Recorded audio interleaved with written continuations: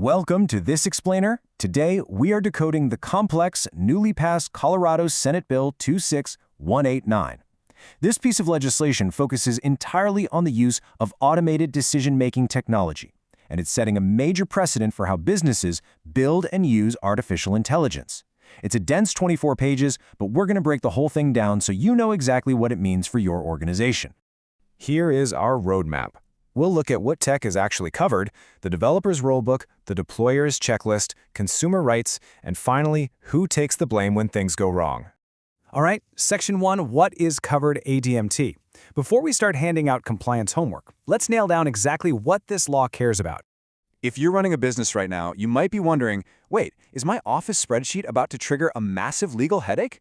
It's a super common panic when lawmakers start talking about regulating automated decisions. But don't worry, we're going to clear that up right now.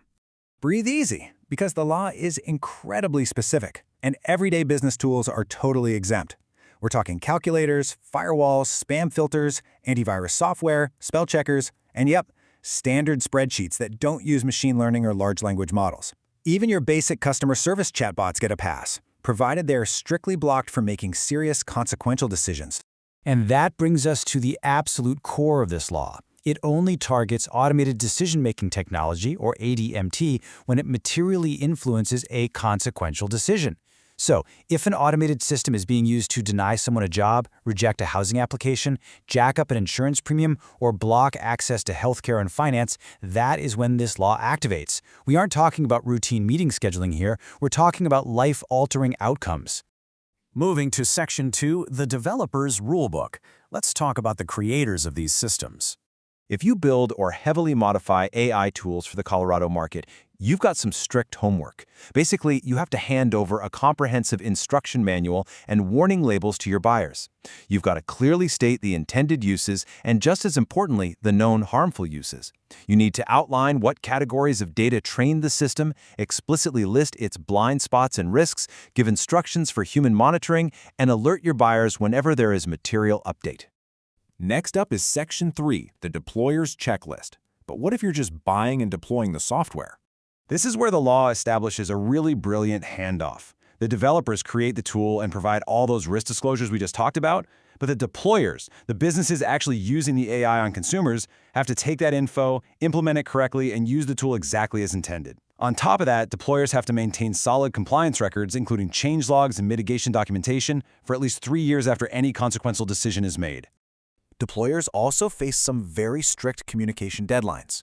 Before you even unleash the AI on a consumer, you have to give them clear, conspicuous notice. But here is the real kicker. If the AI's decision results in an adverse outcome, like rejecting a loan, you have a mandatory 30-day window. Within those 30 days, you must give the consumer a plain language explanation of why they were rejected, the exact role the AI played, and how they can exercise their rights. That leads us perfectly into Section 4, Consumer Rights and Review. What happens when the computer says no? When an adverse outcome hits, the consumer isn't just left shouting into the void. They have a clearly defined path to fight back. After getting that 30-day notice, they can request the exact details and inputs the AI used to judge them. If they spot that the AI relied on totally incorrect personal data, they literally have the right to correct the record. And the final step? They can demand what the law calls meaningful human review. I absolutely love the precise legal wording here.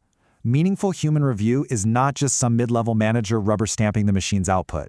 The law mandates this review be done by a trained individual who actually has the authority to override the AI. They have to look at the primary evidence and cannot simply default to whatever the algorithm spit out. It's literally designed to ensure a real human acts as the final backstop. Which brings us to our final act. Section 5, Enforcement and Allocating Fault. This is the million-dollar business question, right? If your shiny new automated tool ends up violating state anti-discrimination laws, who takes the fall? Is it the developer who coded the flawed model in the first place? Or the deployer who used it to screen job applicants? The bill handles this beautifully by stating fault is allocated based on, well, relative fault. And it explicitly bans those sneaky contract clauses where companies try to unjustly indemnify themselves for their own bad acts. You absolutely cannot just sign away your liability if you were the one responsible for a discriminatory mess. Let's break that down even further. Developers are on the hook if the deployer used the tool exactly as it was intended, configured, and documented, but it still broke the law. However, if a deployer decides to go rogue and uses the AI off-label in an undocumented or unintended way, the developer gets a shield, and the deployer takes 100% of the liability. It is also crucial to understand how this gets enforced. It's exclusively handled by the state attorney general. The law explicitly states there is no new private right of action here. That means consumers cannot directly sue businesses under the specific statute. Instead, it's treated as a deceptive trade practice. That's honestly a massive sigh of relief for companies terrified of class action lawsuits. Plus, to give everyone a chance to adapt, businesses get a 60-day right to cure period to fix violations, which lasts all the way through the end of 2029. So all of these sweeping rules, the heavy documentation requirements, and this careful balancing act between developers and deployers, it's all officially locked into this legislation.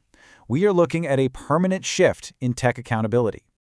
And the ticking clock for all of this? The absolute hard deadline, when these compliance rules activate for consequential decisions, is January 1, 2027. That gives organizations a finite and quickly shrinking runway to get their documentation, review processes, and consumer notifications completely dialed in. With that deadline creeping up and the lines of liability clearly drawn between the folks who build the AI and the folks who use it, the biggest question you have to ask yourself is this: are your systems ready for this new frontier of accountability?